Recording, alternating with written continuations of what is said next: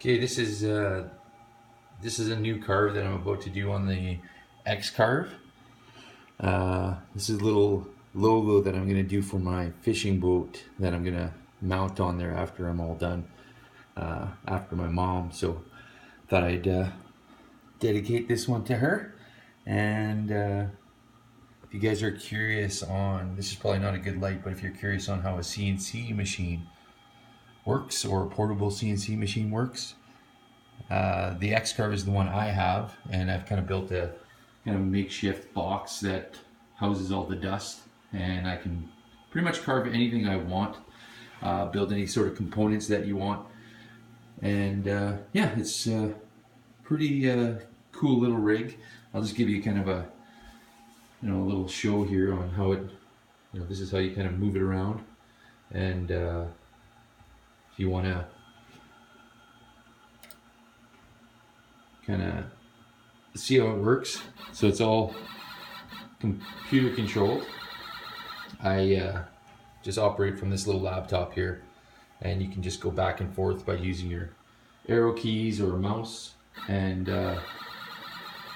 this is just pretty much setting the CNC machine to 0, just getting it in the right spot for where you want to carve it, and that's where it'll set from, and from there it pretty much just does its thing. So what I'm doing is I'm carving out a kind of little fly fishing logo with my mom's last name, and I'm gonna get this started here in 2 seconds. I'm just gonna pause this and I'll be right back. Okay, so I'm pretty much set now on the spot where I want to carve it on the piece of wood, and this is going to be carved onto a piece of cedar. I've stained it. I don't know if I'm going to keep the stain on there, but just stained it ahead of time because I find it carves a little bit cleaner, and then I can do the sanding afterwards. And if I wanted to do like a paint inlay or clean it up, it looks pretty sharp. So I'm going to get this started here. You're going to see pretty quick on how it moves. Here's a quick, actually, it's probably hard to see, but you're going to go through a series of steps. It asks you if the material's clamped down, confirm your bits. So it's pretty self-explanatory. It's a really easy machine to use. I found this one, I don't do any sort of computer work whatsoever other than, a little bit of data entry, but at the end of the day, I'm not a computer nerd by any means, and I found this machine super easy to operate. It's actually pretty amazing. So I've already homed it, so there's steps you can kind of jump in and out if you want to home it, don't want to home it. Your computer can automatically be set up with the parameters that if you want to have it already like a self-homing, you can set that up. I like to home it myself just so I know where it's going to start, where it's going to stop, and it's pretty easy. I just like that better. And we're gonna get going. So gonna raise the bit up off the material, turn it on.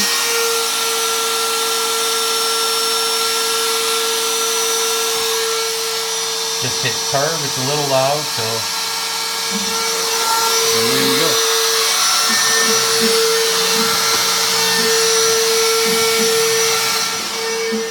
So I close it up. It's a little noisy, but you'll get the gist here. I've got it rigged up with lights so I can watch it, and it's going to be pretty hard to see, so I'm going to pause this in between just so you can kind of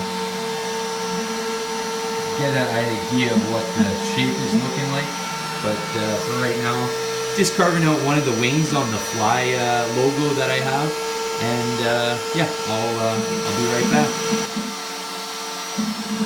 Okay, so back now, just kind of going through the carve and how it's turning out. So it's carving out pretty good. The only thing most of the time to watch out, you get a little bit of burrs happening on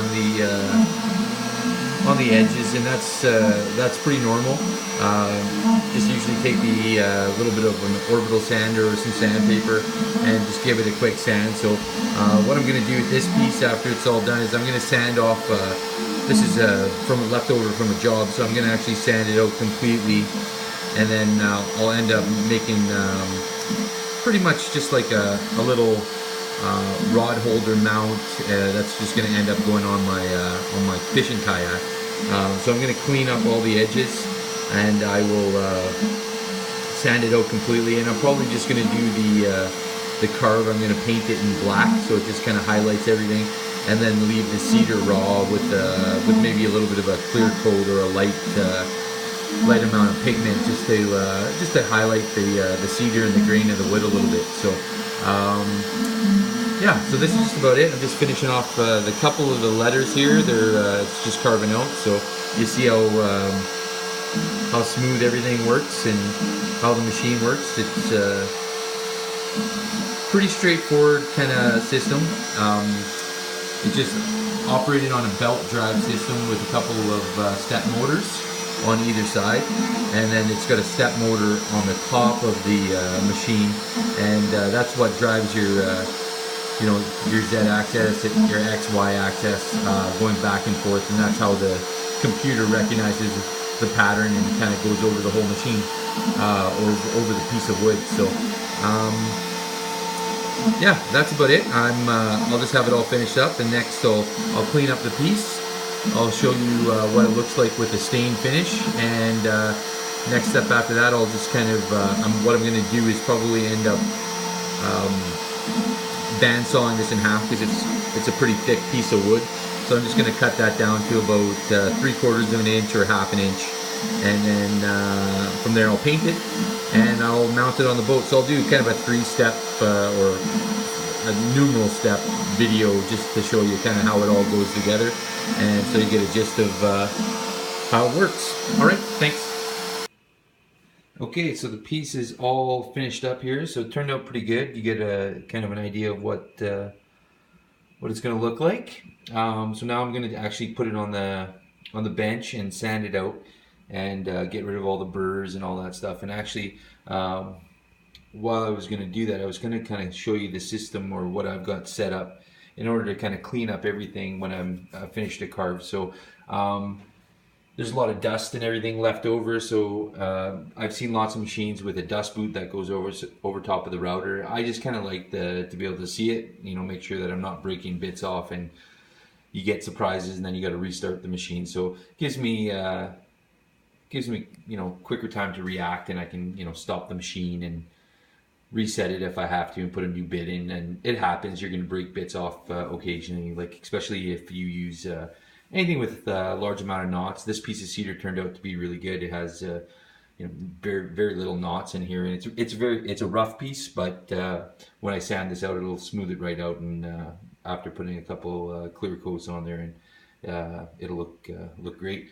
So what I do to clean up the machine, what I like to do is I actually have a festool vacuum system, or the air filtration system, or whatever you want to call it. I really like this machine. It was my wife's idea because it's easy. It hooks up to all their tools, and I've got the one of the festool sanders, just a little palm sander here, the 125 EQ, and it's great. It sucks up all the dust. You can pretty much sand anywhere. So yeah, so this is the sander. I'm going to put the piece on the bench. I'll sand it out. Like I was saying, it could pretty much clean up all of the dust, and you don't have a lot of stuff floating around in the air, especially with cedar. It's not the greatest to breathe in, but really easy to sand. So that's why I really like working with cedar. But I'm going to sand this out. I'll show you what it looks like after it's done, and then we'll do a paint, and yeah, that's pretty much it. And then after, I'll show you the final product after it's all mounted and on the boat. All right. Okay, so I've painted everything up. It's ready to go. I'm going to sand this out just to clean it all up now.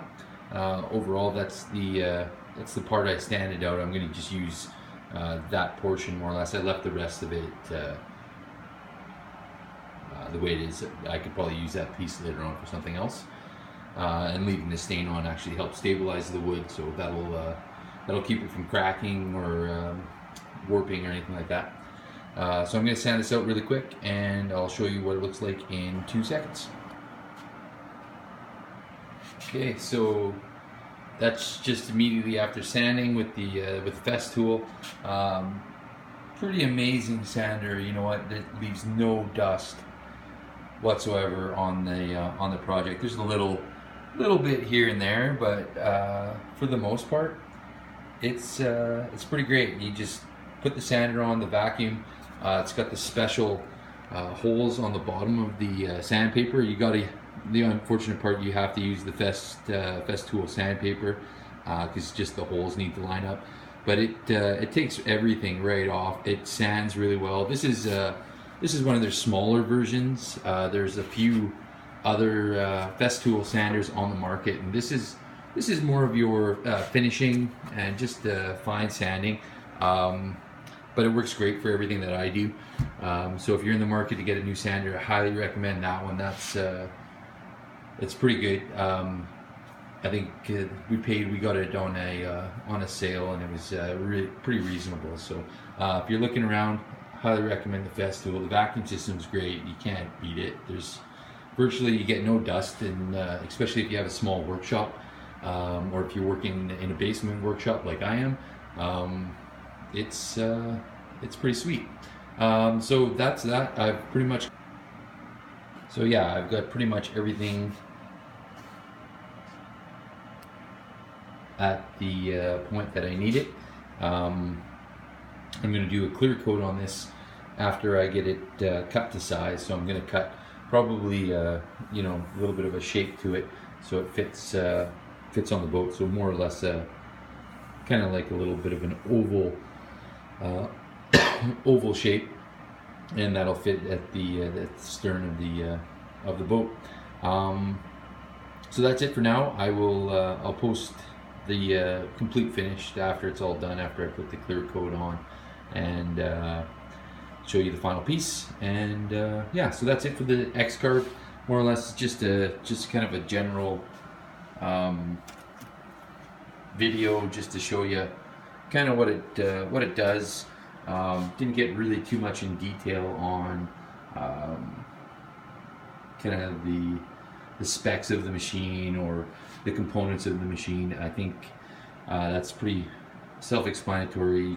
You can go online and kind of check that out. But overall, great machine if you're doing any projects that you want to get some fine detail in, and just a little bit more precision. And if you want to just save yourself a ton of time on projects, this is great. Even if you wanted to do some tracing of like images that you need to cut out, but you don't want to spend a lot of time sizing it up and doing all the measurements, you can pretty much just set the depth at a certain depth and then cut the rest out on either a scroll saw or jigsaw, bandsaw, whatever you have. But I really like it. So far so good. I've had it for about 6 months now. I got it in January. Haven't had any issues whatsoever. Biggest thing is the setup.